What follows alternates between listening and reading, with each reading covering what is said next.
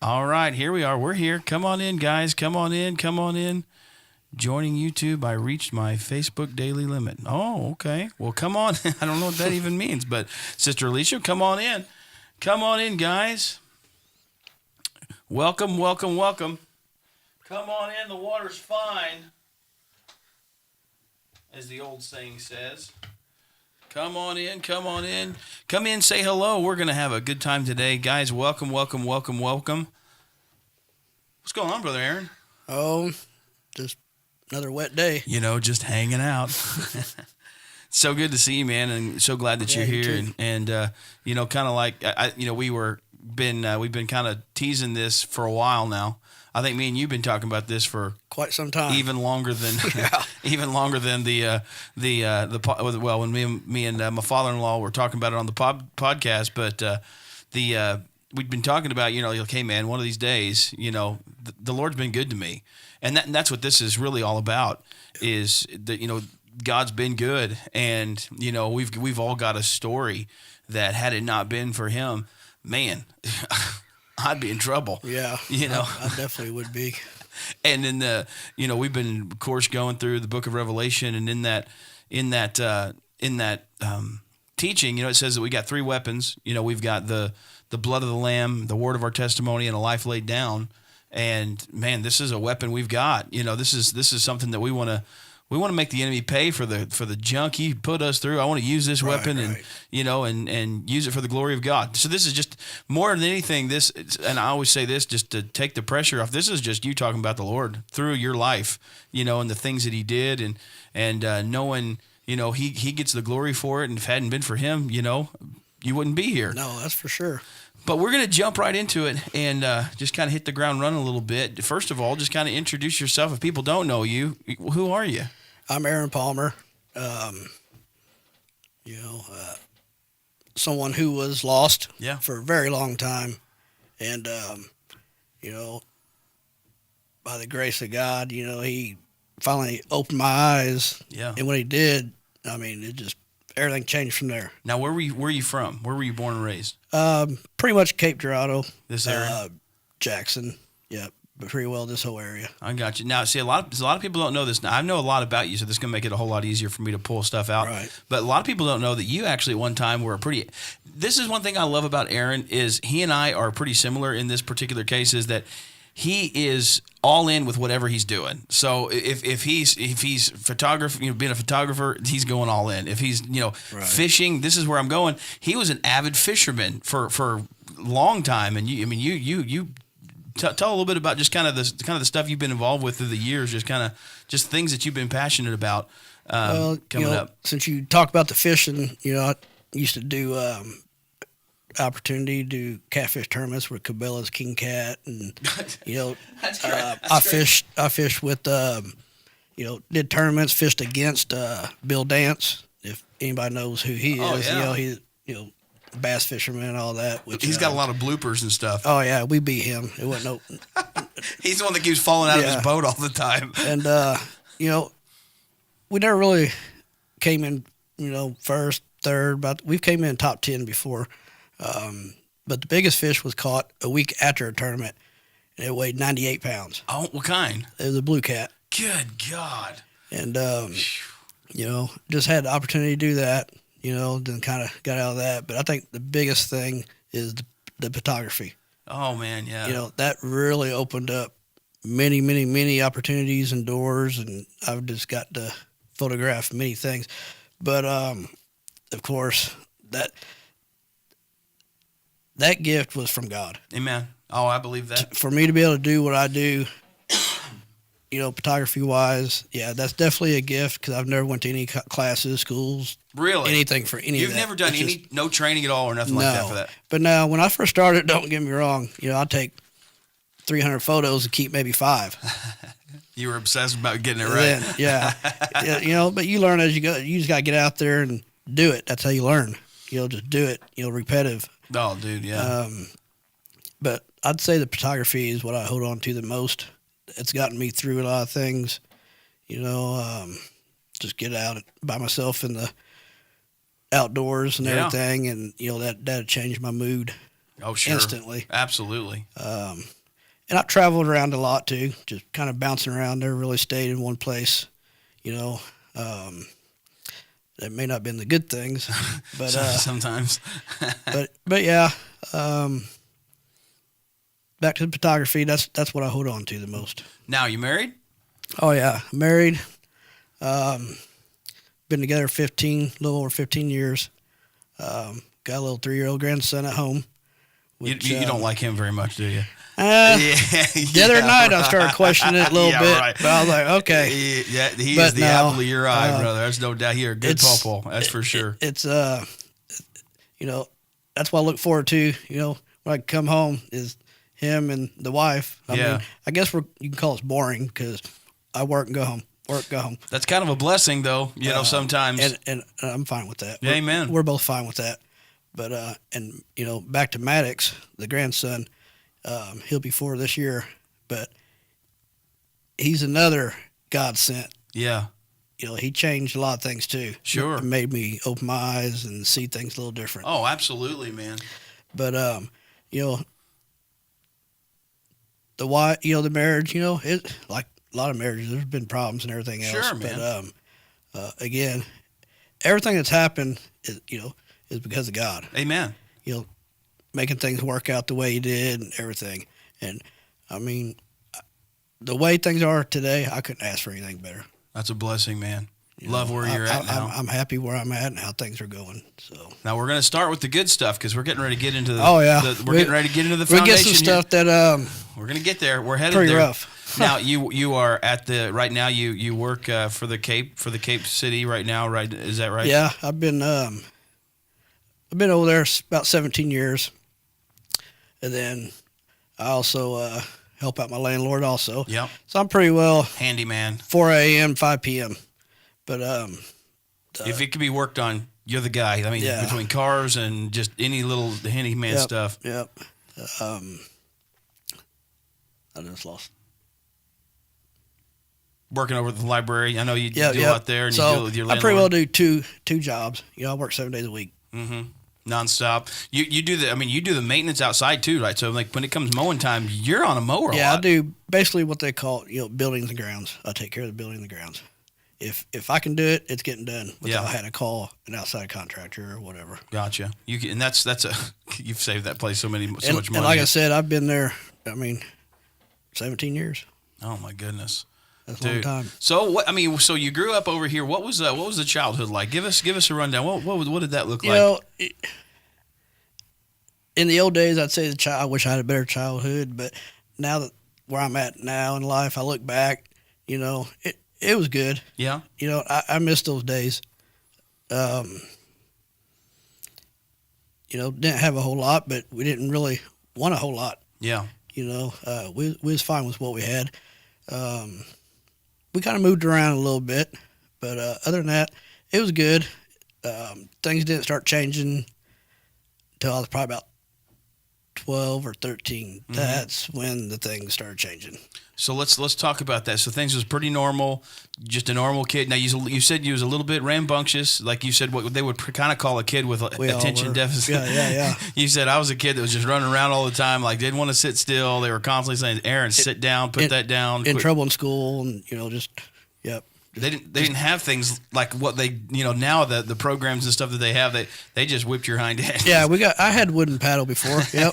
I've had the wooden paddle. I always say I had the last 2 spankings that they ever gave out for corporal punishment before they switched to detentions. I had the last 2 whippings. So and after that it's all detentions. It was all easy stuff. The wooden paddle. I think he got good 3 or 5 swings out of that paddle on me. I think. Well, yeah. We didn't do no more after that. After that, we're changing the program up. I started listening a little better. He started to work things out a little bit.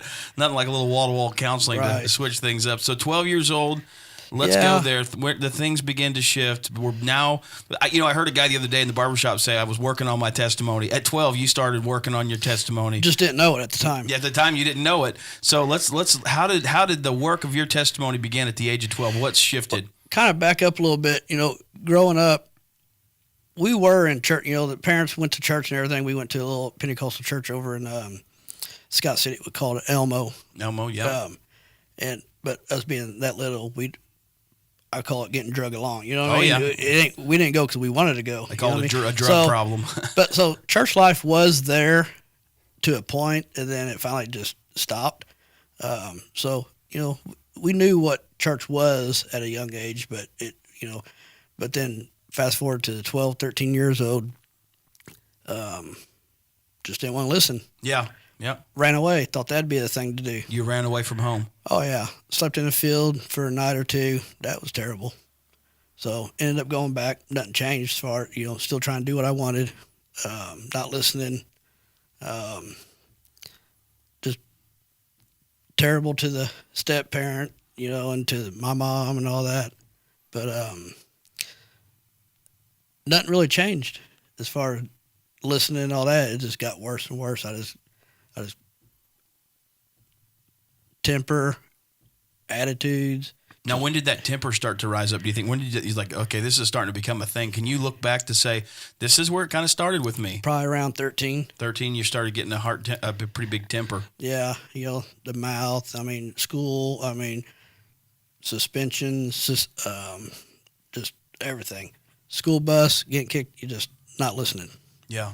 So started to spill over at school, kind of showing up in the friends. And what was your friend group like in that time? Kind of the same thing. Kind of the same stuff? Yeah. And then we moved to another school district, which it was kindergarten through 12 is one of those buildings. So definitely didn't fit in there. Yeah. And I'm closer to 15 at that point. Okay. So we're getting a little older now. Yep. And started smoking when I was 15. Not smoking just cigarettes? Yep. And then, just on and on and on.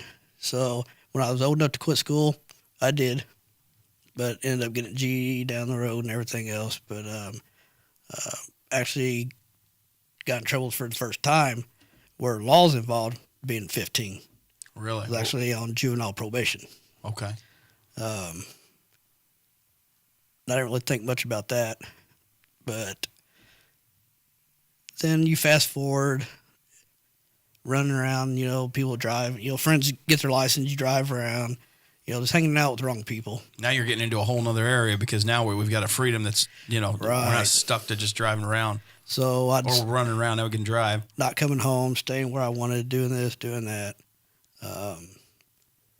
It's just trouble. Yeah, man.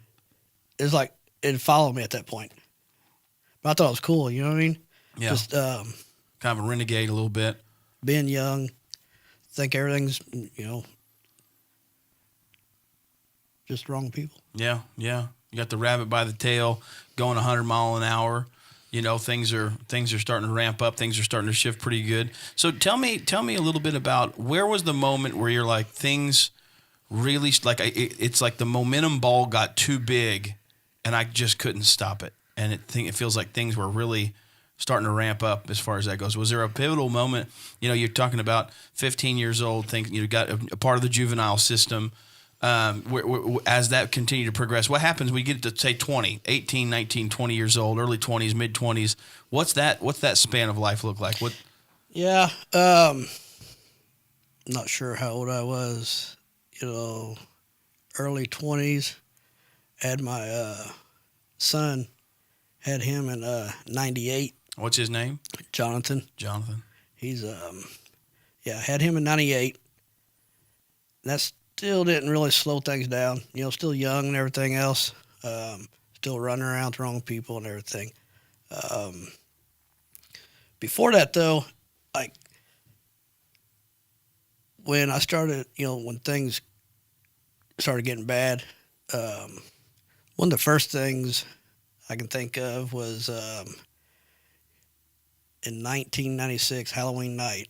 We was a bunch of us going to a Halloween party, and we was following each other in cars and all that. Well, I was a passenger in a Camaro and everything, and somebody flew around us, so they thought they would try it. So they started going around a car, going up a hill and all that good stuff. Well, here come a car head on. So he swerves to miss that car. We go off an embankment. Neither one of us probably should have walked out of that car, Wow. but we did. But those dashes on those old Camaros, they kind of stuck out. So I, hit my chest pretty good. Took a shot to the chest. Yeah. And so we got out. Everybody's lined up there, and nobody would come down there. 'Cause they're like, So that's one thing I can remember. Got out of the car, was sitting on kind of the embankment, while the ambulance, cops, everybody was there. And there was this man sitting next to me, and he's like, I don't know where you stand with the Lord and everything, but his wicked tonight. Wow. Never seen that man again after that. Nowhere. Just pops in and pops out. Yep, and that's all he said. I didn't never think nothing of it. But later on down life, I look back at that. Evidence of it. So There's evidence of the Lord. That's one of the things that I look at as, there he was. You've been with me. He saved me there. Dude. I should, so. Isn't there a song you like called "There Was Jesus"? Was that a song that I think you sent me that one time? Like there was a song that says "There Was Jesus." I think what it was. Possibly, I can't remember. But there he was. You know. Yeah, but at the time I didn't pay no attention to that. No. That you're running 100 mile an hour. I got some guy saying, "I don't know where you stand with the Lord." And I was like, "Okay." Okay, psycho. See all right, ya. weirdo. But like I said, never seen that man again after that. Never seen him Don't before. know where he went. Never no seen him clue who he before. is. Nope. And didn't even see him there at the scene no more after that. After he said that. Man, I'm telling you, That's man. why, now I look back at certain things. I'm like, okay, there's a sign. You know what I mean? Yeah, man. That's one thing. But even I brung that up because that still didn't stop. Yeah. I still went out. Now I'm old enough to drink. Mm-hmm. So that that was a nightly thing. So that turned into something you were regularly doing. Oh yeah, that it caused issues and issues and issues. Driver certificates because of that. That kind of slowed it down though, because now I don't have a driver's license. It it's hard. sucks. Yeah, I want to go somewhere. I'm starting to look at things a little different, but yeah, that's kind of how the early 20s went. Kind of a little bit of drinking. Did it ever grab a hold of your life as far as like you orbited around, drinking and stuff? Oh yeah, that's what it was about. I'd work, get off work, go straight to the first thing I do, get off work, go to the gas station, whatever, buy it, go home, drink that. After it's gone, go to the bar. They close, go home, go to bed, get up, work, repeat that process over and over and over. Was that deteriorating you on the inside, do you think? I know it's hard to think about. Now that really I look at it, I'd the say, time. yeah, I'd say it probably did. Because I was still smoking cigarettes and everything at that time. And the cigarette thing, I bring that up because I've tried to quit, and it lasts like a day or two. And I'm like, man.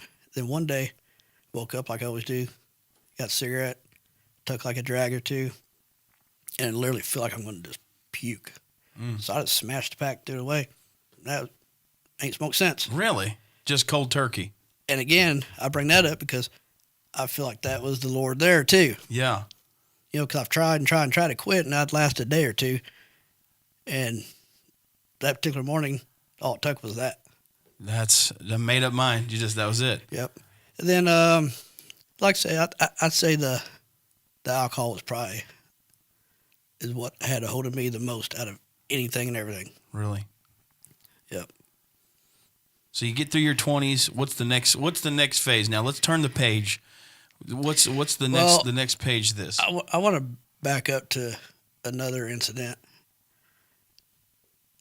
And just to let everybody know that, it was God there again. Yeah. Pretty much he's always there with me. Yeah, amen. But during certain things in my life, that the big things that hang on to me is because of him. Okay. The son was born in 98. Still going through stuff. Wasn't with his mom no more. Mm-hmm. Wasn't seeing him much, which was my fault. So,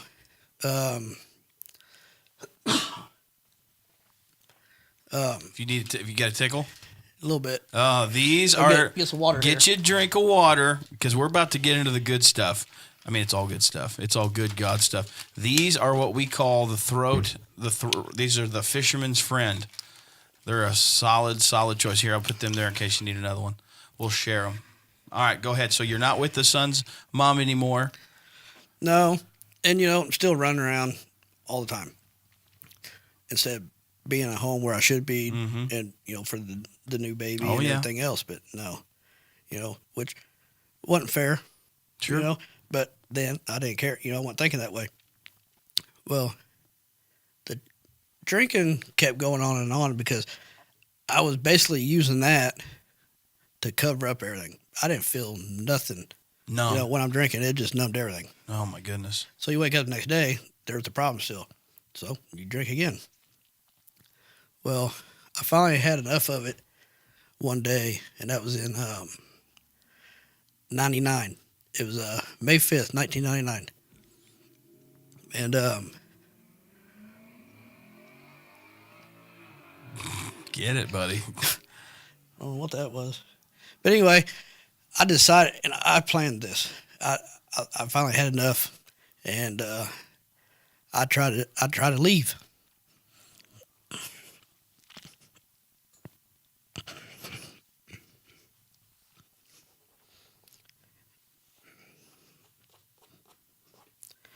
But You tried to leave. this world. Tried to take your life.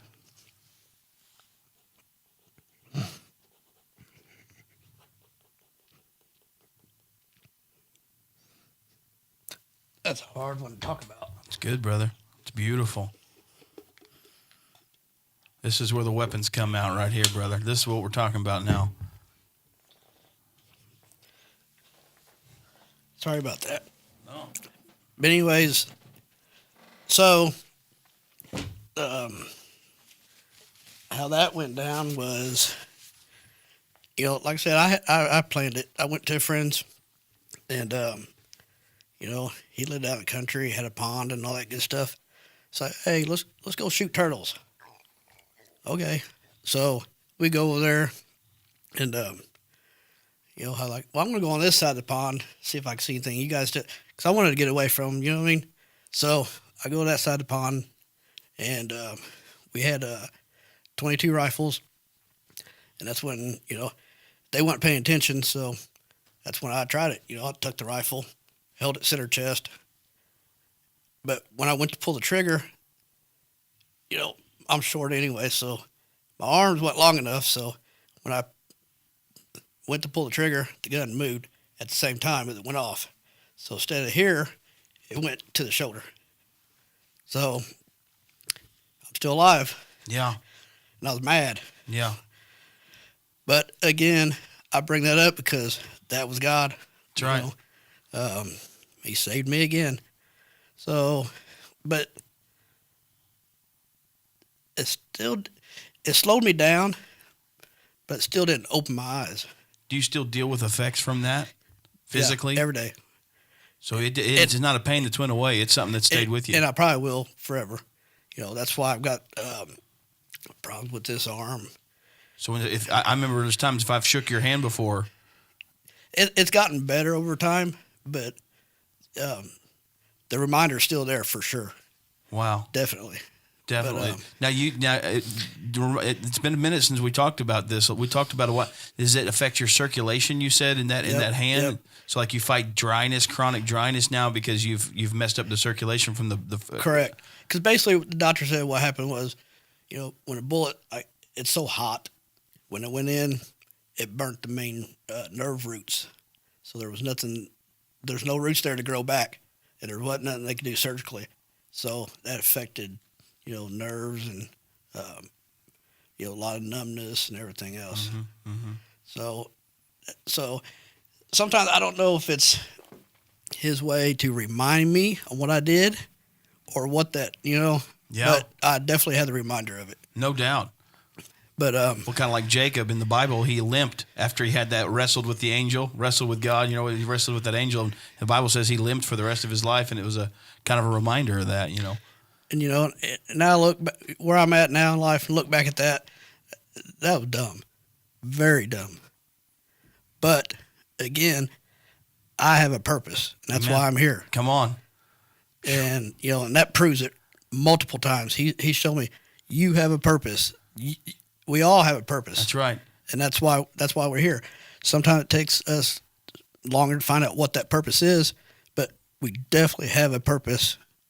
Otherwise, we wouldn't be here no more. Wouldn't he? He's fought for us. He wakes me up every morning because I am supposed to be here. And, and again, I don't want to say I feel bad for me doing that, but that was definitely a dumb thing to do, to try to leave. Because first of all, that wouldn't have been fair to anybody, my family, to God. Yeah. Because the way I look at that, yes, there's a lot of suicide and everything else, but that's not the coward way out, because it takes a brave person to be able to go through with something like that. That's right. But also the way I look at that is it's not fair to him, because this is his life. It's not ours to take. That's right. We'll go when he's ready for us to go. That's good. Not when we want to go. So by us doing that, we're robbing him. But like I said, I live with a reminder daily on what I did, and it will never, yeah. It'll never be come back. You learned that lesson. We ain't got to repeat that. Right. It's too easy to pick up the phone, call somebody, or, message somebody, or just talk to somebody if you start feeling that to that point. Yeah. Don't make that choice. Even when we feel like there ain't nobody there, there is somebody there. Just reach out to them. They're there. But, like I said, I don't talk about that much, and everybody knows now what really happened, because I always told a fib on how that happened, because I didn't want to, you know what I mean? Sure. But I'm to the point again now where I don't feel like I need to hide the truth on that. I mean, it's the past. Everything in the past is Feels the past. good to get that out. So feels good, man. I'm forgiven for everything. So I love it. I'm not worried about that. But again, like I said, that still didn't. I mean, it slowed some things down, but it didn't change it all. You know what I mean? Yeah.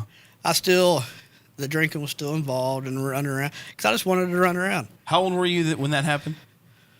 I'm 48 now, and it happened in '99. Okay, so you were 20s. Yep. I was still early 20s. Early 20s. Okay. Yep. So, as far as I guess what you call the tragic stuff, the car wreck, the gunshot, stuff like that. That was the major things. Big things that happened. That should have opened my eyes right then. Should have, but it didn't. Oh man. But he still saved me. Come on. And he wasn't done. He's still coming after you. So he's like, I can pride his hearing him saying, just listen. Okay, but we're gonna do this the hard way then. Yeah, and we did do it the hard way. It took some time. I don't ever know. I used to ask why did it take all these years for me to finally get to where I'm at now. It's all in his timing. That's it. I think things had to happen before other things could happen. Yeah, they do. But yeah, like I said, I look back on the things. I'm not gonna say I regret stuff, because it's all a part of the story, man. It's where you got what got you here. Stuff that's happened is what built me. That's right. Own it all. Now. That's right. Because what would I know if I didn't go through anything? That's it. That's it, man. That's your story. But with stuff like that I went through, I can now say that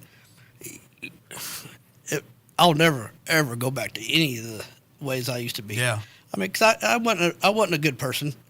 I was, and a lot of it was probably because of the alcohol. I was a mean person. I wasn't, I've had failed marriages. I wasn't there for the kids, just troubled. Did you have trust issues? Oh, for sure. You don't trust a lot of people. Kept your circle real small. Yeah, and a lot of people didn't. Nobody wants to be around people like that. They would never say anything to you because they'd know what kind of reaction they'd get out of you if they try to confront you or say something. Like I said, I wasn't a good person.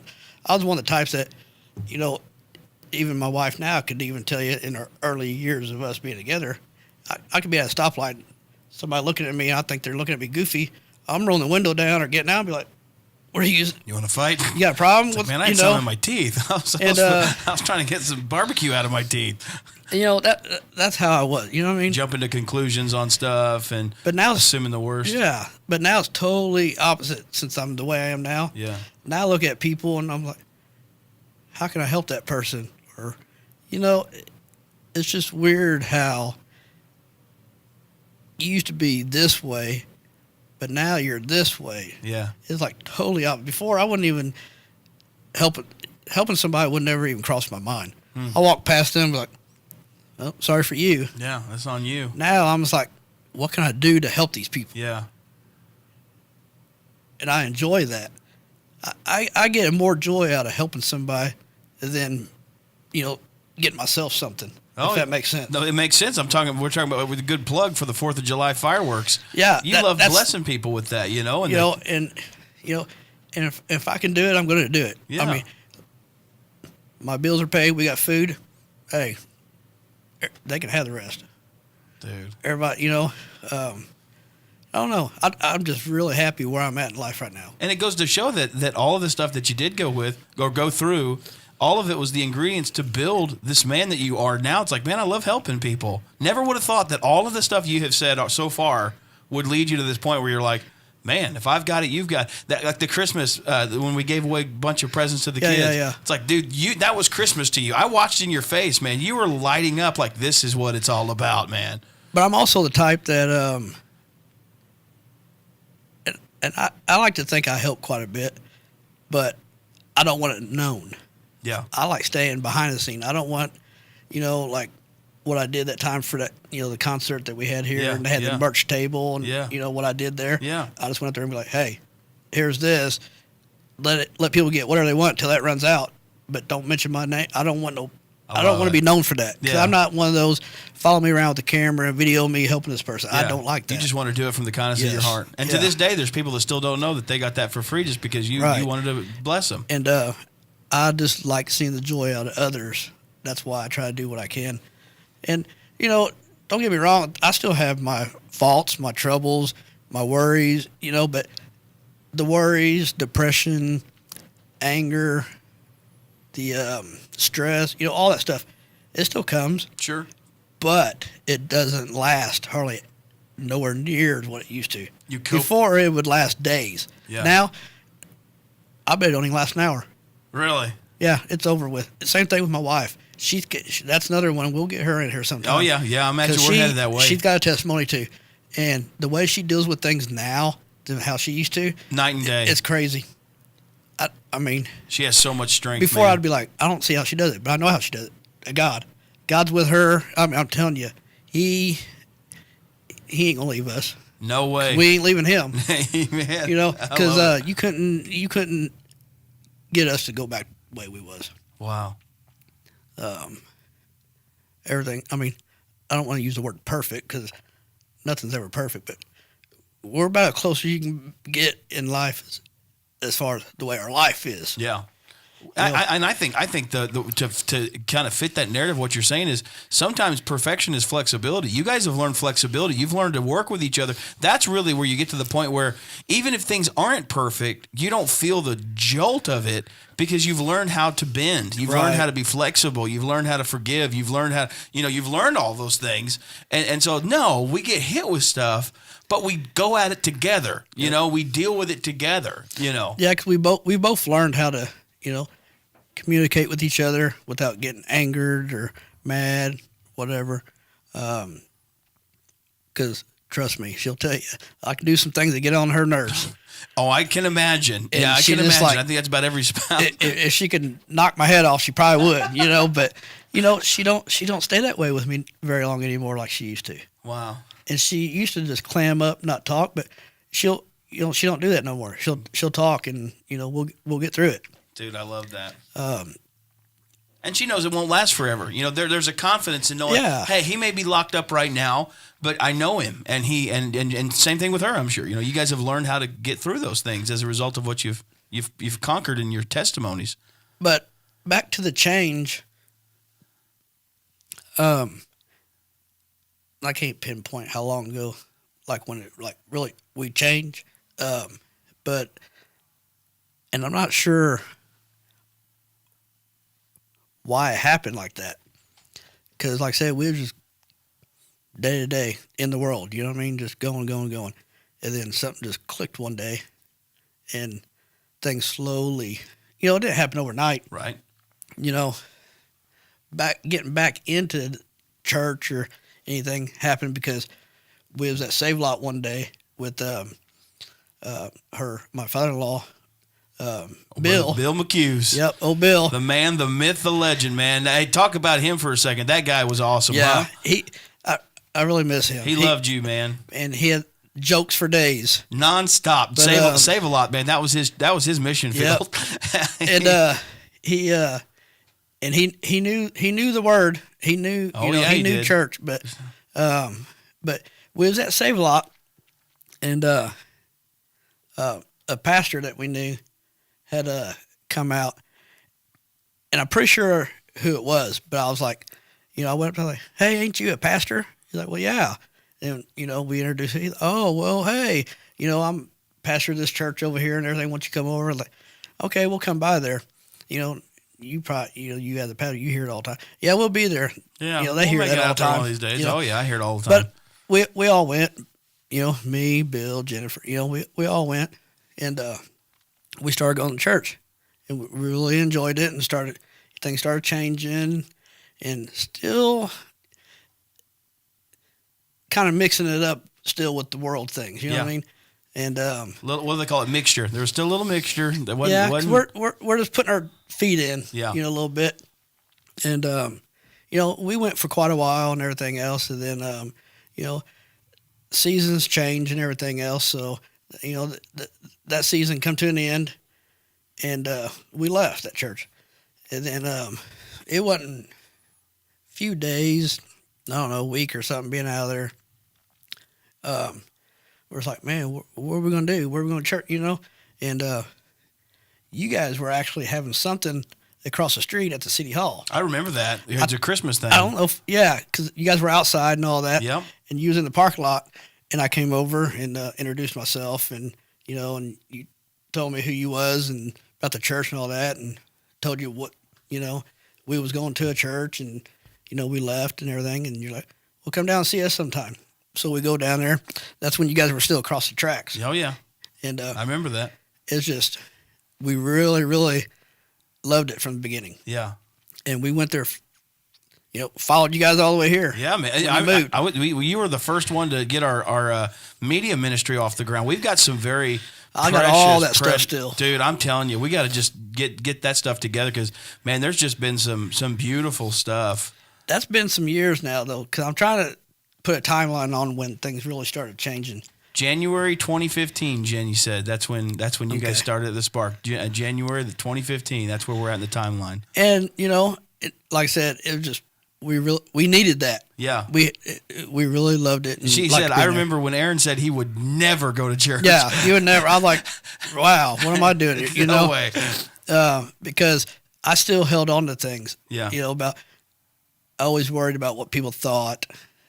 And, I still had this, what you want to call reputation to hold and everything else. I don't need the people out in the world to see that, oh, he's going to church. You know what I mean? So I still try to live both ways. Kind of maintaining that. And that just does not work. Yeah. You can't, you're either in or you're out. You can't just, but yeah, that's what really, I think, coming to you guys' church has really opened our eyes where we needed it to and started seeing the things. Started developing your own thing with the Lord, not just a expectation of a pastor or church, but like this is me really starting to work it in my own heart. And we still, definitely battled things, dealt with things, but we're learning as we're going. Absolutely, man. And, so we're in the church for quite some time. And, you guys moved here, we're still here and everything else. And some things go on and everything else. And we stepped away for a while. Things were rough there for a year or two and everything. But then, we came back. I mean, something just kept pulling us.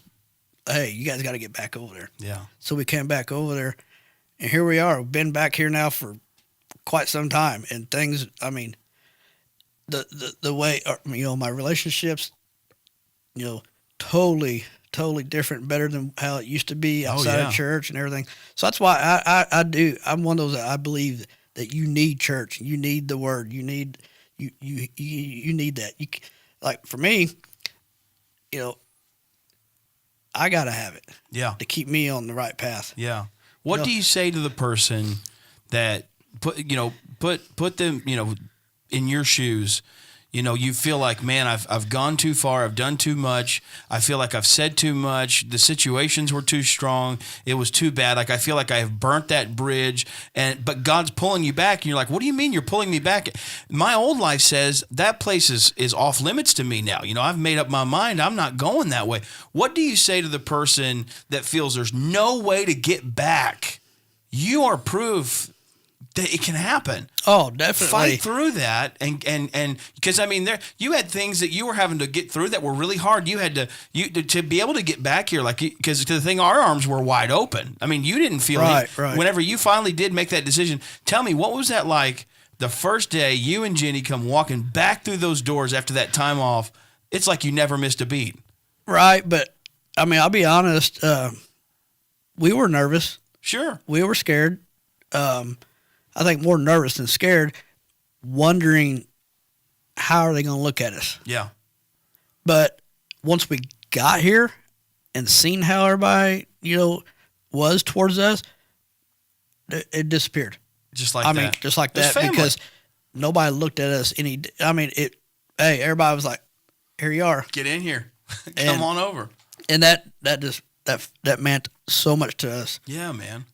And And now we do that for others. Now here you are, people that ain't been here in a while. I've watched you and Jenny. You're some of the first people back to him saying, "Hey, get over here." The same welcome, the same love. You're now a part of that for other people. Who's coming through the door sometimes for the first time. There, Lillian Locke says, "I fell in love with this church when I first went with y'all."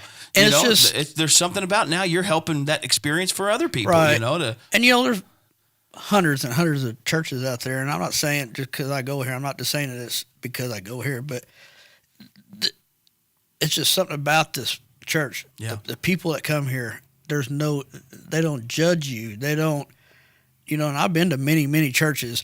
I've been to some churches before, like, oh, you need to shave a little more. You need, I'm not there for that. yeah, This place don't do that to you. It's No. just God's definitely in this church. And there's times I don't want to leave here, yeah, because it's a war zone out there. The world is just, but you never go too far. yeah. Where you can't come back. I love Because that. I was out there. Yeah. I was out there, and here I am. So if I can come back, anybody can. Even if you get in your own, because I get in my own head all the time. I overthink stuff, just like you Well, talking we've about. been talking about overthinker. that this last Yes. week. Yep. And it's it made me look at things different. I seen that comment of yours, by the way. Here Yeah. I go, overthinking again. Yep. You thought I was talking about you, and I wasn't. You thought, you're like, here I Yep. go. All right, So- was that me he's talking about? Yeah, but because I used to be one of those too. Like, oh, there ain't no way I can get back to where I need to be because I've done this, I've done that. There's nothing. It's like what do you say? There's a song, "Bring it all to the table." Just bring. There's always a seat for you, That's good. regardless of what you've done. There's always a seat for you. He's gonna be right there for you. Dude. And, people think all the time though, just come to church yeah. and just listen. And I think there's room for everybody. Open your heart up. God will start talking to it. Yeah. You give him your heart, he'll start talking. Because like I said, it took me all these years, Yeah. sometimes it takes people longer than others. But I feel that's because that's on his time. That's right. He'll bring things into your life whenever he's ready for it. That's right. You ain't going to rush him. I heard something a long time ago and it sticks with me. Like me, instead of, listening, I always just talk. Somebody one time said, well, just take the cotton balls out your ears and stick them in your mouth. So basically it means shut your mouth and listen. Shut your mouth and listen, bud. And I really like that. And that is true. But now, though, I just see things so much clearer. I hear things more clear. When things happen, I can look at that and be like, that's why this happened. That's why this happened. you know, Yeah. and I don't really question it a whole lot. The old hindsight's 2020 thing. Looking back, it's like, man, you were using all that song. It says, "I see the evidence of your goodness all over my life." You know, that's such a good. I mean, I think that fits perfect with everything that we've been just so far talking about. Is I just from the car wreck, from that old man telling me God had His hand on me, to that my arm not being long enough. I ain't never been so thankful for T-Rex arms in my life. Yeah. And whatever that, you know, it took, gave me just enough room to get another chance. You know, it's like. Now I look back at those things, like the car wreck thing, that man is sitting there.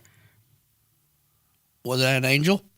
Could have been. You know? Very well could have been. Because where'd that man go? That's and right. Where'd he come from? He Never was not. seen him before. I was sitting there by myself. He was an turned, angel. And there he was, and I'm like. Well, you think about what an angel is. It's one who carries a message. Right. And that if he wasn't a heavenly angel, definitely an earth angel. Right. That God put there for you. And that was he just spoke those simple words. That was it.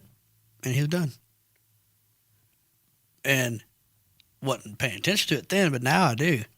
It's just, I don't know. I just, life's so much easier and better when you follow the Lord. Come on, man. It's just, I mean, I understand the whole book. You know, when I was on my little vacation, I've read the Bible front to back. But the key word was I read it. Yeah. I didn't hear it. That's good. I read it. That's right. So it didn't mean nothing to me. I couldn't tell you what I read. Yeah. But You just now went through and I can covered read it. that Bible and I hear everything It's coming that's alive. saying. That's And right. I'm like, oh, you know, reading it's one thing, but you really need to hear it. Yeah. So, you know, it's just So you got let's get to this beautiful wife of yours, this amazing wife, Sister Jenny, a wonderful gift that God brought to you, and she's got some beautiful kids. You know, you're a stepdad, and talk about that because we got a beautiful grandson, and don't you have another one on the way? You got two grandsons now. I want to two You know, I want to talk about Maddox for Here's another thing. When I say that, I'm telling you, God's with me all. He blesses me and blesses me and blesses me and blesses me. He just does not stop blessing me. And I don't deserve none of it. But he thinks I deserve it because he keeps doing it. And so I'm going to continue living the way I need to live for him. That's right. Maddox, okay? He's going to be 4 years old this year. Man, Whenever how is that possible? Right, tell me about it. Whenever Jennifer told me that Rebecca was pregnant, first words out of my mouth, I was like, okay, I'm not having nothing to do with it. Because of the things I've dealt with. I mean, Jennifer will tell you. You were callousing. You were getting harder on that? It's because I'll just flat out say it. They have a grandmother that is not a very nice person. Made things tough on you. Yes, very tough. But I stuck through it with Jennifer on that. You know, Jennifer and I both, we went through it. Yeah. Because of this. And there's some things that went on and everything that kind of, instead of me putting up boundaries, I put up walls. Walls. There's a difference. We was talking about that before. We was talking about that. And I put up walls eventually for the kids, the stepkids, because of the, stuff that's, they would say or do. And I'm like, I don't want nothing to do with them. It was as if the grandmother was using them as a glove. And that's exactly what it was. And, now I look back at it, it's not the kid's fault. It was the grandma's fault. Yeah. She was molding them the way that she wanted them to be and everything else. So that's why I said, I'm not going to have nothing to do with that baby. Put that wall up. Yep. And she had the. Sorry, I'm smiling because I know she what had, happens. She had the baby and everything else. Like, oh, okay. So I took Jennifer to the hospital. I dropped her off. I stayed out in the car. She said, "You coming up?" Nope. And I didn't. But it was probably, and at this time, Rebecca was in, some counseling help or whatever. She was, they was putting her in different places here, and here. Yeah, she was getting. And she just, kept getting, thrown out everywhere she went. Well, her caseworker got a hold of Jennifer one time and said, "Hey, can she come there and stay?" Nope. I just got to stop you for a second because it's cracking me up. We just heard your story. Yeah. So we're fresh out of 15, 16, 18, 20-year-old Aaron. Yeah. And here you are dealing with the exact, stuff that I was doing to my mom and my stepdad and my, Now you're dealing with this. Right. It's like, oh my Lord. Now you're getting a taste of the other side of this Exactly. coin. I mean, wow. I mean, that just, Yep. But I didn't look at it that way then. No, well, no, You know what I mean? it's not Oh, convenient. no, I was never like that. No, not me. Just you guys. But, of course, Jennifer is saying yes about it because, it's her daughter and here's this brand new baby. Yeah. But I'm like, nope, I wouldn't even entertain it, And basically, it came down to she ended up at her place anyway. I think Maddox may have been a month old. Jennifer may know a little more, but I think he may have been a month, 2 months maybe. And basically, her caseworker just dumped her off at the house and said, there you go. Wow. She ain't got nowhere else to go. So we let her come in, and wasn't easy because I had that wall. So I didn't speak, nothing. I just, I wouldn't give in to nothing. But I don't know the exact time, but shortly after that, for whatever reason, I can't remember what it was, I had to hold him.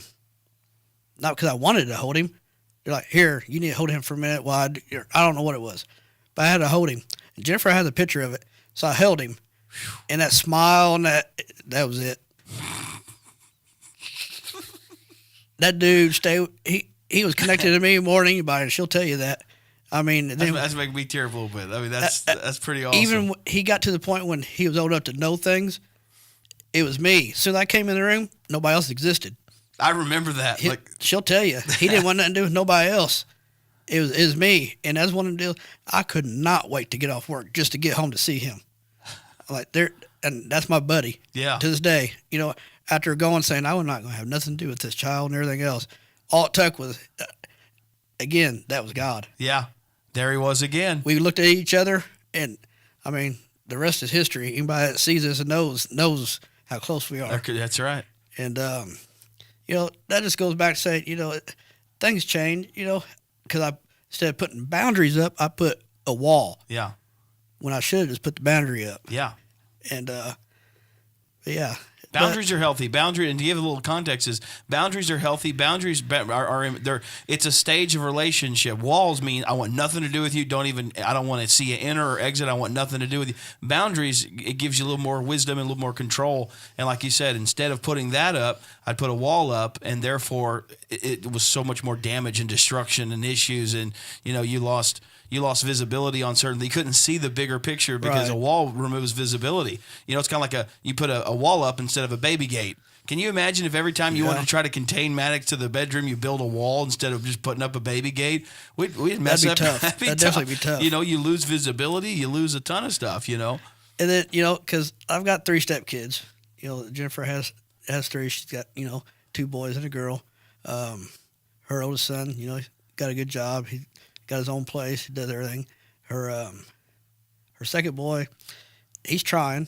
He's doing he's doing good. But I mean, I'll be honest. There's still there's some not walls really, but there's some boundaries I still have there. Restoration's still happening. And it's like I told him not to be mean or nothing, but prove yourself to me. Gain my trust back Stay a little consistent bit. with me, man. Right. That's right. And then I'll help you after that. That's But good. Show me something. Yeah. I'll help people best I can, but if it comes to the point where you're not showing that you're trying to help yourself at all, That's hard. I got to quit. That's hard. That's a tough thing to do. Well, because you love him. At the end of the day, it's like, listen, I want the best for you. I don't want to, And we do. Yeah. Regardless what he thinks or any of them think, that's all we want, them to do good. Yeah. Because we know what it's like. Yeah. We've been there. We don't want to see people struggle like that. No. And, Jennifer, I definitely don't want to see none of them live the life that I had to live. It was hard. I mean, it's not but trouble. Yeah. And you want better for them. You want better for them. Yeah, it's I just lost my train of thought. I was going to say something. I can't remember. It'll come back. Yeah, it'll come back for sure. But and he, her youngest son and everything, they're going to be having a baby too. Yeah, now. I seen that, man. That's So awesome. that's even more of a reason that get your stuff together Well, it's time and we got to do it. Let's get stuff together. Help him. Let your story help him to keep from making the same mistakes you made. Let me help you out here. Like I said, we'll help. when we can and what we can, but we're not going to enable people. Well, no. So One of the was it consequences are many times the greatest teacher, and what it enable. I was talking about that the other day is and I do it with my own kids, just in general, and I don't want people to do it for me. There's some consequences I need to eat those because they're going to teach me way more than you cheating me out of the lesson that consequential sometimes, because life is full of those. Sometimes, that door opened, that was easy, that's awesome, it taught me a lesson to trust in God. But then sometimes it's like I walked through that door anyway and I had every red flag in the world and I fell flat on my face. That will teach us, so we don't want to get to the point where we're doing God's work in a bad way. I don't mind doing God's work by, being an avenue for Him to bless people with. Right. I'm okay with that. That's a good God's work. But I don't want to do God's work by trying to keep people from learning a lesson. Look at the story that you have now. Can you imagine if somebody kept your testimony from happening because they kept getting in the way of it? Here you are because of it. Yeah, and I really do hope, I don't feel like I've said a whole lot, but I hope I've said enough so far for people to see, He uses me too through my photography. Yeah, sure. Through videography, or stuff like that. And again, everybody has a purpose. They do. So you got to find out what your purpose is and do it. I feel though that sometimes people may have more than one purpose. Oh yeah, sure. There's multiple things you'll be a part of.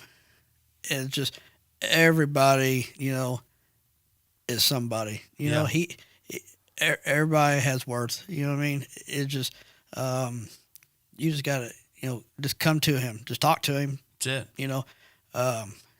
People probably think I'm a little crazy sometimes. I talk to Him all the time. People probably think I'm talking to myself.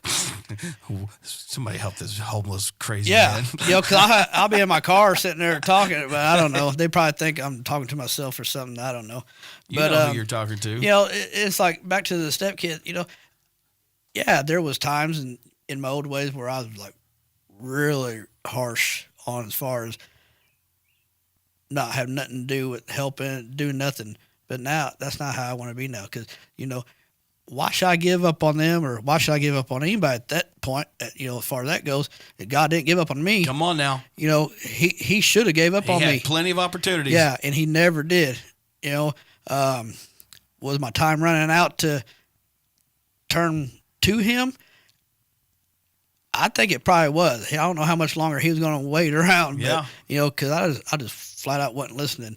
And then I finally, opened my eyes and, came this way.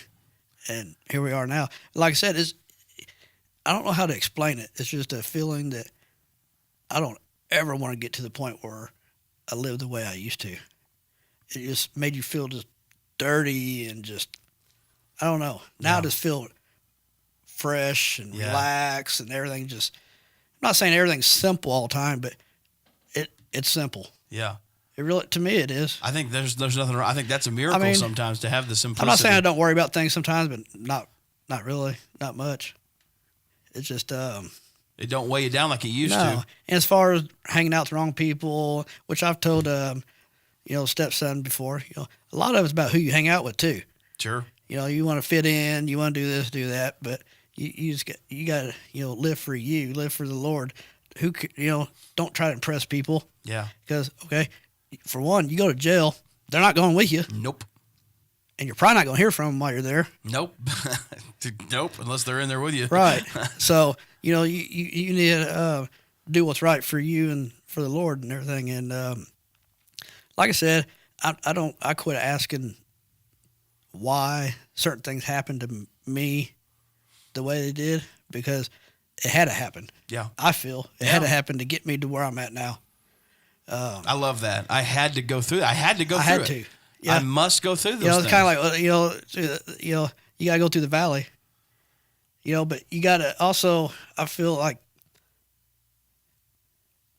to live, you have to die. Ooh. If that makes sense. No, that's Bible, bro. For me, to live is Christ, to die is gain, is that. You have to die. You have to kill the old man. In other words, the old ways. Yeah. You got to put it down. Wow. And I feel like I can say I did that. Yeah. I can agree with that. You know, I may not be able to quote verses or do this, do that, but I know who God is. That's right. I know where I'm going if I die. Come on. You're not pushing me back to my old ways. I mean, I've had people do things to me that in my old ways, we're getting it on. That's right. Now I just kind of smile. Okay, whatever. Whatever, bud. Okay, do whatever makes you happy. You know.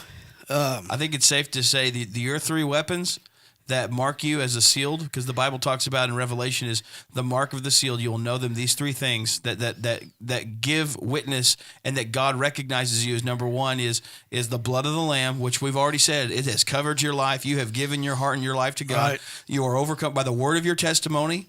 And then a life laid down, and that's what you just now explained. And right now, this testimony, this is the weapon finally where God says, that's mine. And you can feel it in this chat. You can see the people that you're already affecting right now. It's God saying, this is mine. You want to know why that bullet didn't hit you? Because you were mine. You were sealed. You were marked. And I was building something. You couldn't see it at the time. Right. But just hold on. Don't give up now. You know, that was shifted on purpose. I didn't stop it. I let it happen. He moved that. He knew. He moved it. He didn't stop it from happening. He used it when it happened. You know, and everything that's happened was useful. Everything that's happened is built. And here you are sitting now, like in the bud of life. You know, and you've got these beautiful grandkids, and you got a beautiful relationship with your beautiful wife and these beautiful kids and stepkids and a beautiful church family, and all of these things are coming together. And God's like, I used all of that brokenness, Aaron Palmer, every bit of this. I seen this version of you all the way back there when you were shooting them frogs, buddy. Yep. I could see this, and I'm like, if you could just see, and if there's somebody that you've been fighting, you know, is it worth staying here? Listen to this man today. He's telling you, if I could see my face light up with that grandson and the beauty of a wife that's not going anywhere, man, she's a ride or die.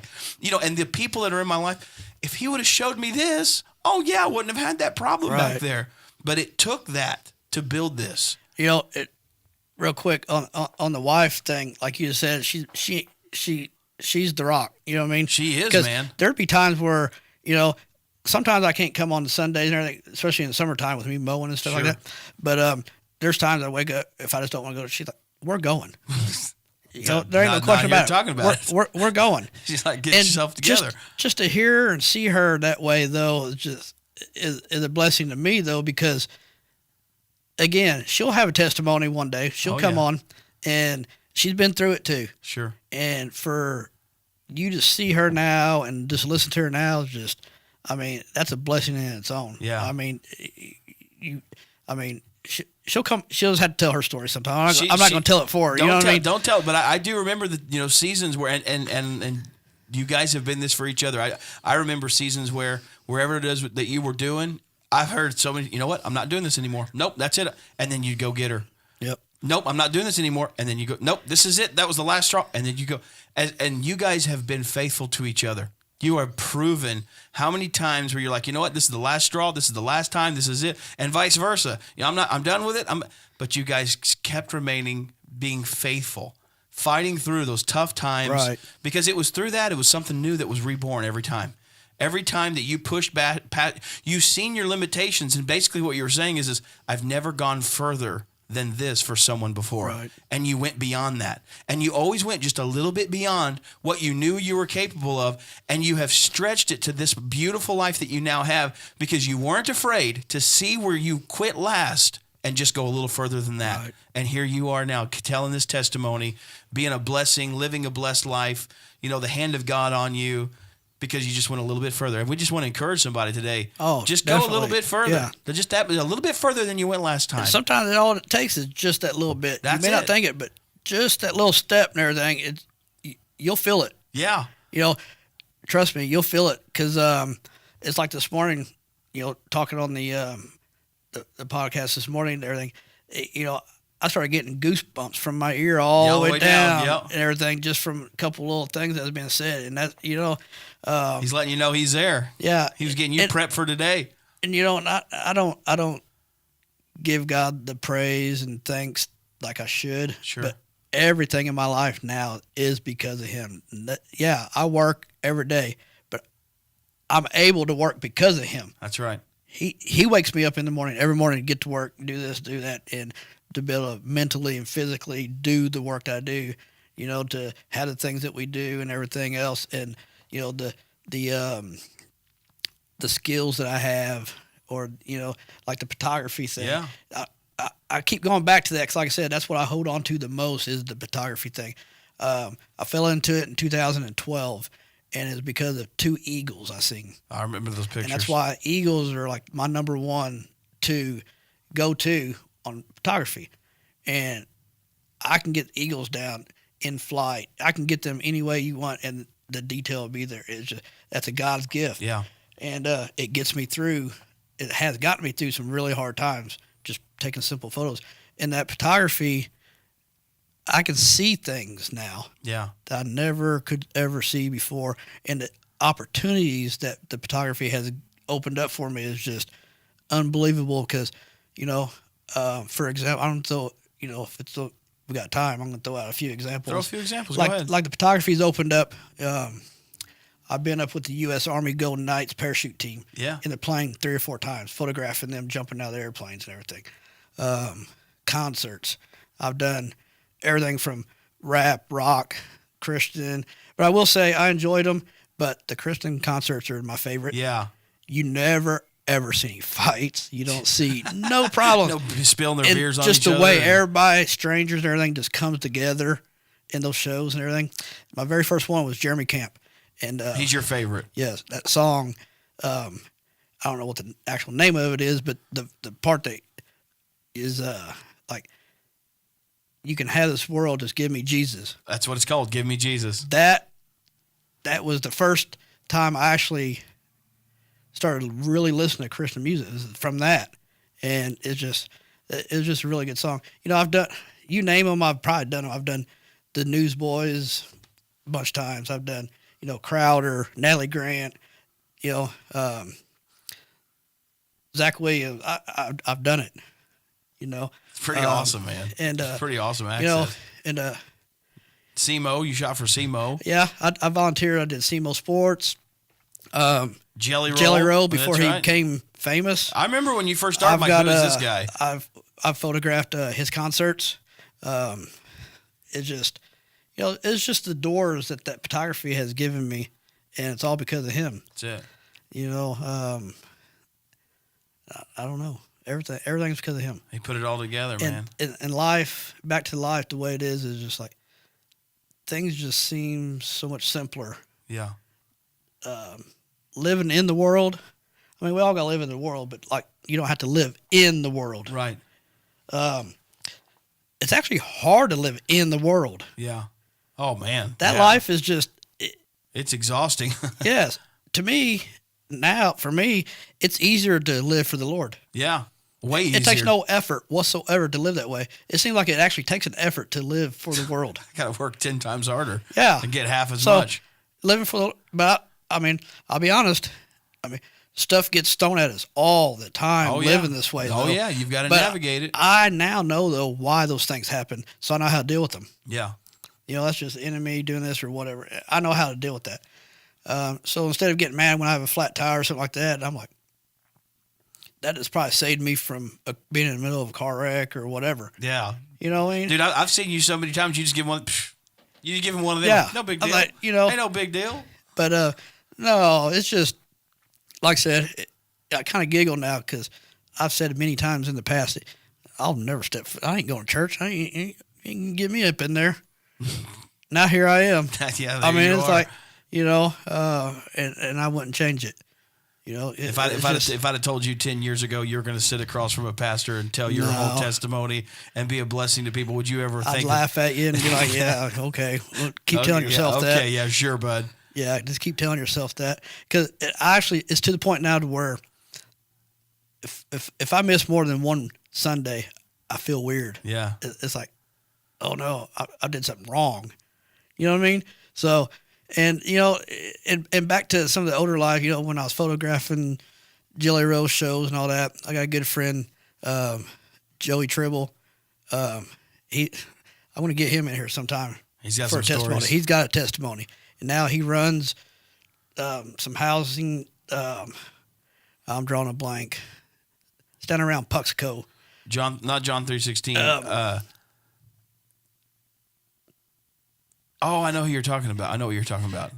But I'm drawing a blank now. But he's a really good dude. Something House. Is it something? He's the one that used to put these shows on for Jelly Roll and the promoter, and I mean he's been through it too. He's got a testimony now, but he's been my buddy since then, and just to see how God's worked in his life too, though, is just an inspiration to me too. Because taking somebody, I mean, like I said, he's been through it too, and now looking at him now, I wouldn't, that's another one I would never thought would be living the way he's living now, because of the way he Jeremiah was. House. Yeah. Jeremiah House, that's the name of it. I'm telling you, if God can do that for me, him, there ain't nobody he can't do it for. You just got to allow it and ask for it. It's there. That's right. It's free. Donna Whitworth says, "I love you, son." But you just had to read that, didn't you? That's Mom. Is that Mom? Yep. She's proud of you, man. You wait till you see what I've been seeing. But no, it's just like I said. He's like, you leave Mama out of this. Living this life though is blinders are gone. Yep. I see it all. Yeah, like when at church, I sit in the very back. But there's a couple reasons why I do that. Well, there's a couple more that I'm going to talk to you about later too, because I mean, there's a reason for you being where you're at. I'm one of those weird people, I guess you call that. Jennifer will tell you, I've turned seats down at restaurants because my back's to the door. I will not sit with my back to a door. Yeah. And I've left restaurants because there wasn't no seat available because I will not sit like that. Yeah. But I've learned things over, following the Lord and everything else. I've learned how to, deal with everything, the anger, the stress, the depressions, everything. And without him, I couldn't deal with it like that. Without him, I'd be dead or in jail right now. Wow. No doubt. Because I should have been already. But here you are. Here I am. Because he had a different purpose than what I thought my purpose was. Come on, man. I thought I was, I thought I was worse than what, nothing. So I did whatever. Yeah. Looking for that attention or whatever. You don't have to do that. And what's weird is, at first I was worried about going to church and everything because of what people would think. And, the people I used to run around with and all that I thought was friends. I like using the word pretend friends. Yeah. Oh, yeah. That's what they are. That's what they They're are. Pretend friends. They're playing a role. Because They're not really. Same thing for Jennifer. Once we changed our lives, started going to church, 99% of those friends disappeared. Never heard from them again. No phone call. We didn't have to quit hanging out with them. They quit hanging out with us. Wow. And we're fine with that. That's fine. You weren't real. They weren't friends. No, they weren't. My friends are here at church. That's right. My friends are the ones that follow Jesus and live the way they're supposed to. Come on, man. My friends is Joey Tribble. People like that. I may not get to see them very much, but they're there. That's right. Oh, they're there. It's just. And they'll pick right up as soon as you come in. You pick right up where you left off. It's just been an amazing, years since since we're where we're at now. Yeah, man. It's just looking back though. Sometimes we're like, how did I get through it? I know how. God. Yeah. There was Jesus, brother. Jesus is right there. That's all right. along. That's my dude right there. That's good, bro. That's my guy. Yep. That's good. That's him. Well, man, thank you so much. And is there anything that you're thinking of that you don't want to regret that you didn't say that you think? I just hope I'm sure there's a lot of things I probably can say that I can't remember that would really help people, but I hope I said enough to where I think you have. somebody will take that just a little bit, even if it's just one person. Because coming from somebody that said they would never step foot in a church, never, I don't think I ever denied that there was a Jesus, but I was like, whatever, you know what I mean? Yeah. It's just, coming from somebody that lived that life, did the things that I did, seen the things I've seen and everything else, and, overcame all of it. Yeah. Overcome all of it, and it's all for the grace of God that I was able to do that. Come on. Just I just hope it touched somebody to where they think they was alone, or even if they think, oh, there ain't no God or this or that, just give it a chance. I promise you. I'm not gonna say maybe. I promise Guaranteed. you will feel it, and it may take a little time, but you'll come through it. That's good, dude. It's they'll see. That's good. I've seen it too much. I've seen too much. I've seen it in my own convinced the other way. self. I've seen it in my wife. I've seen too many people, live certain lives, and now living the way they are. That's right. So I just hope it, what we talked about was able to bless somebody. Amen. I believe that it is. Well, man, thank you so much for coming and sharing. Appreciate you having me. Dude, I'm proud of you, man. I'm so proud of you. And I know this is you literally pushing beyond a limit to be because here. it's hard for me to, even though we ain't got a crowd in front of me, it's some things are, as it showed, some things are still a little tough to talk about because it's not that I'm ashamed of it. It's it just should never happen. Yeah, it's a heavy part of your story. Yeah, it was a heavy part. But again, I feel those like things. Those things had to happen. Hey, that's the thing. Feel those. Yeah. That's the thing. God gave us emotions for a reason. You are feeling and appreciating the weight of what God has brought you out of. That's a big thing. I think it's important to feel that, talk about it, express it. Don't be afraid to use those things. The enemy would want to keep us from doing that, but no, go ahead, talk about it, bring it out. It might be fuel for somebody else's victory. And I want to add too, even if you can't, make it to a church or something for whatever reason, watch it. I strongly suggest watching it, online or even the morning devotionals and everything, because even the morning devotionals, I listen to it every morning. Yeah. And probably every one of them, I get something from it. Something talks to some part of you. Like the overthinking part and everything. That really helped me out. Yeah. Because I'm bad about overthinking things. And after hearing that, I think I'm doing better already about I believe not overthinking. So. Got you some resources to work with. And then another one that really helps me is the talking about the boundaries versus walls. That's right. Because I was putting walls up instead of boundaries. That's right. And it makes sense. And we don't have to hang out with people and everything, but you still pray from them from a distance. There's nothing wrong with that. That's right. But still, everybody needs prayer. That's right. You don't know what anybody's going through. That homeless man on the street and everything. I look at the homeless totally different now too. Yeah. I'm like, we don't know what's going. Never know what their what's wrong story. with them. What happened to them? Something happened. Yeah. Or somebody comes by and you try to say hi and it's like, oh, whatever. Maybe they're just having a bad day. Man. So I just look at those things totally different now. I love that, man. So, but anyway, like I said, just let God talk to you and everything, and I guarantee you'll feel it and see it. Well, man, you're rocking, brother. I love it. Thank you so much, and stay tuned. We're gonna have some more overcomers here in the future. This is awesome. Good start, man. A real great way to. Like I said, I appreciate you. It's helping me too to overcome kind of a fear. Yeah. Of, talking about stuff. Sure. Knowing that there's people that's hearing it. That's right. And but it's going to impact them, man. But like I said, now that I'm living for the Lord and everything else, I feel like it can be talked about. Absolutely. So. Well, man, I'm proud of you. Well, thanks so much. Hey, share this out on your platforms wherever you are and get this word out, man. This is a great testimony. And if you've got a testimony, we want to get in contact with you. We want you to come in here. We want you to share what God's done for you. He's already said his wife may have something she want to share. We're going to get her in here. I think we'll get her in here. We've got a couple others. We've got a few in mind coming up, and I'll be contacting you because I think every other week I'm going to try to have a new one to come in here and get going. But hey, God bless you guys. Yeah, because you guys' testimony will help me too. I That's what we want to help each other. We want to help each other. But hey, God bless you guys. Hope you have a wonderful, wonderful Saturday. Come and stay tuned in the morning, 11 o'clock. We've got service 9:45. But hey, this has been Overcomers. Thank you so much, Brother Aaron. And we will see you guys on the next one.